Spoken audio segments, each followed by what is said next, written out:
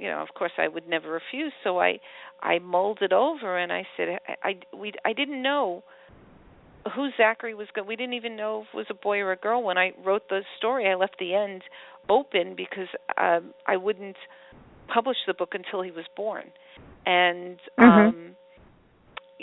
I thought about, Alexander had gone through it with Kayla coming in, and and now Hallie was faced with having a sibling. Both of my older grandchildren are 4 years older than their siblings. So they were very much aware that there was a new child coming in. And while my kids made a very healthy effort to make sure that their older children didn't feel displaced or have anxiety about a new baby, certainly there are things that even if you think of everything, you're not thinking of everything. And even if you make a child feel wanted and loved, they still have their own anxiety. And, of course, Hallie did have a little bit of anxiety with this new person coming into the house. And it just worked out that he was born the day they moved into a new house. So she had a double whammy, so to speak. And my daughter-in-law had a C-section on top of it. So, a new baby coming into the house is always tumultuous. No matter how much you plan. And I appreciate you. Oh, go ahead. Finish. Yeah, and Alexander had just, Kayla was 2 years old already, and Alexander, we had a front row seat watching Alexander deal with having a new sibling. While he was very welcoming, there's a certain feeling of, hey, that's my toy, or that's my mommy. What do you mean? She's not going to lay down with me. What do you mean? I have to have daddy tonight. I want mommy. And so we watched, even though they did plan and they did a terrific job, and these kids are so close knit, all four of them. You knew that they were feeling the change in the household, the change of energy. And that actually is something that happens. And as you mentioned, there is a lot of help now when planning the pregnancy and the arrival, where parents really are going to lengths to prepare their children ahead of time for a new baby, not even when it's just a single child, but it affects the entire family. And so there are lots of things that parents can do, and by having their children involved and explaining and having pictures and videos and books and letting them feel the baby in the stomach. So there's so many things, but here's what's interesting.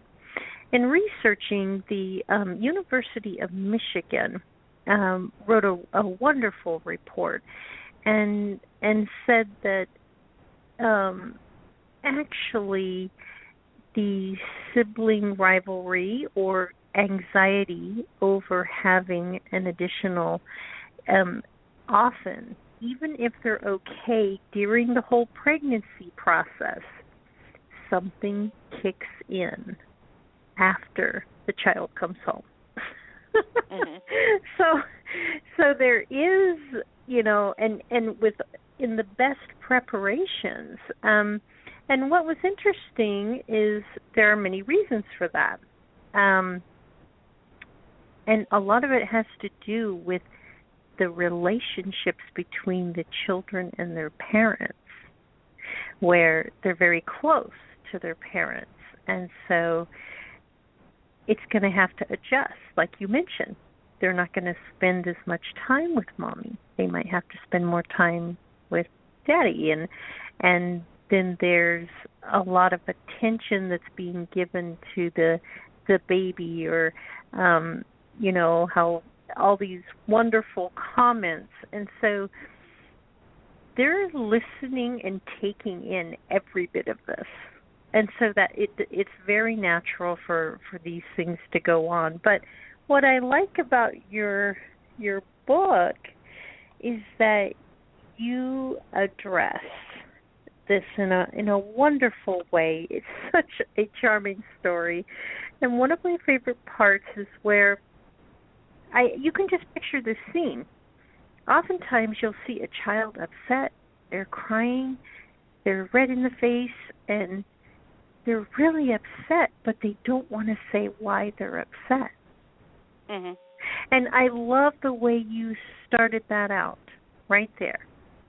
That sometimes they have to be in a position to feel and to trust it's okay to say how they're feeling.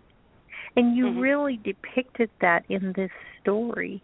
It's really about trusting the people around you and that they're friends and they love you and you care about you and they really do want to know so they can help if they can. And you put a lot of attention in that part of the story. And I Wait, really liked that. I wrote one line, and I didn't realize how many people were going to quote this one line. Because of course I read all the reviews. I mean, I wait with bated breath till they come out. But people really thought it was like they loved it. And some people put it on their refrigerator. I heard of everybody quoted it, and it's problems can weigh you down like a heavy anchor.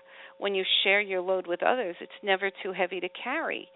And to me, it was just such a simple sentiment that, even today I was upset about something, and I ran to call my brother. And here we are, I'm 61 and he's 57, and we're still reaching out to each other, when something troubles us, and I knew as soon as I called him and spoke with him and told him what was bothering me, I did feel better, and he didn't say much. He just listened, but it just felt better telling someone. It's a relief. But I thought of something when we were talking before, and I wanted to mention this. When I left to have my second child, Michael, who's my firstborn son, was just under 5 years old, which is I have a big age difference between my kids, but I thought of him as such a baby. He was such a baby, and he was my baby. He was my baby. And when I came home with this new baby, all of a sudden he didn't look like a baby anymore, and the expectation that I had coddled him and babied him, even though I prepared him that he was having a brother, and I was a working mother. I worked in my home, so that it wasn't like I was always working. There was always stuff to be done for my day job, so to speak. But the expectation changed, where I left thinking he was my little baby boy, and when I came back, he grew up, and the expectation was, well, you can't have your meltdown now. I have to take care of the baby. Or it caused him to feel that there was a giant shift, and the expectation for him to behave with more maturity, I guess because I had a little baby, a new baby in the house, and I realized this is what a real baby is. So when I wrote the book, that was what I knew Fribbet was feeling, that he was coddled and babied, and now there were new babies in the house, and the expectation was for him to start acting, like a more mature child.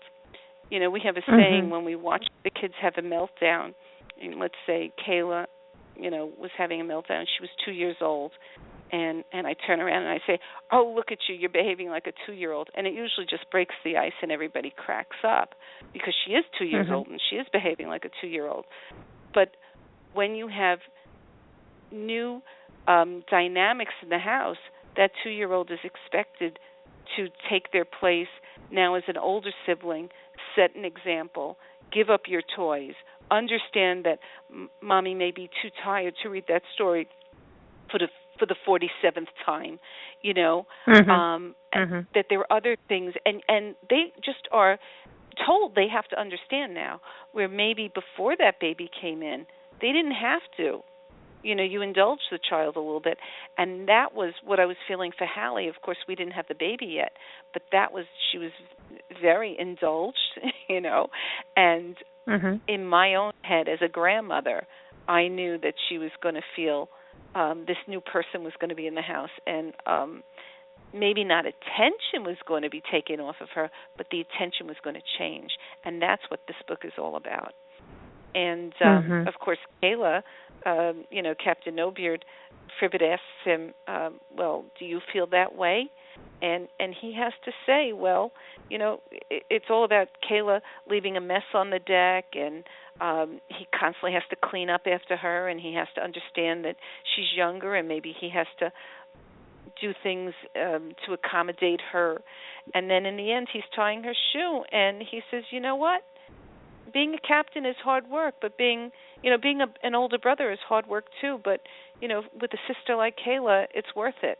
And that you always have a friend, and you always have a companion, and that I'm speaking from my own experience. In times of trouble, I'll reach out to both my brothers. And there's just a comfort level, and it's just a great feeling to know that you're part of it. Oh, it is. Absolutely. Well, thank you for sharing that with your own personal experience and your relationship with your brothers, because it is a comfort to know that you have someone you can talk to and someone you can turn to. And that was one of the things that I helped my children understand was, they're here for you, for each other. And as you work on your relationship together, as you grow and get older, you're always going to be brother and sister. And that's right. And they really they adhere to that, and they are all very close today. We don't have that, it showed up a little bit, but not so much in our family. But I do know that these feelings are, they do come out in children when a baby comes home, but helping children adjust and realize, like you mentioned, he says she was worth it. He was tying her shoe, and he's talking about, toys get taken and they're all over the place and all of this is happening, but yet it was someone he could care for and take care of. And often that gives older brothers and sisters, I can help. And when they know they have a role and they can help, they often surprise us in all the things that they want to do. I agree. And you know what? No, as far as I'm concerned with my siblings, no fight, I don't care what it's about, is worth it. In the end, I've been mad. We've had our differences. But, all we have to do is just look at each other and it just melts away. There's a line in the book where, like I said, Fribbet is asking him, is Kayla a problem? And he says he could never be lonely as long as he had Kayla around. She was always ready for anything, from bailing water to scaring off frightening pirates. So, you have that sibling, and you're never quite alone. And it's a two-way street, though. You have to nurture that relationship. Absolutely. Oh. I think Fribbet's here. Some more frogs, yes. I think that's actually that's the sound of a pepper frog. It's a little bit different. Yeah, it's almost like a whistle. Yeah. So we definitely have all the frogs with us today. This is kind of cool. Sounds like Fribbet brought his cousins too. I know. So Fribbet the Frog and Tadpoles. Again, another wonderful book and filled with help for parents with children that are going through this, and the illustrations are just amazing, as always. They just do such Bonnie Lemire does such a wonderful job illustrating. And that's another part about your books. The children really do like to go through and there's so much to look at in the pictures. Just so full of color and so many things that they can just pick out. But we're about out of time here, but before we run off,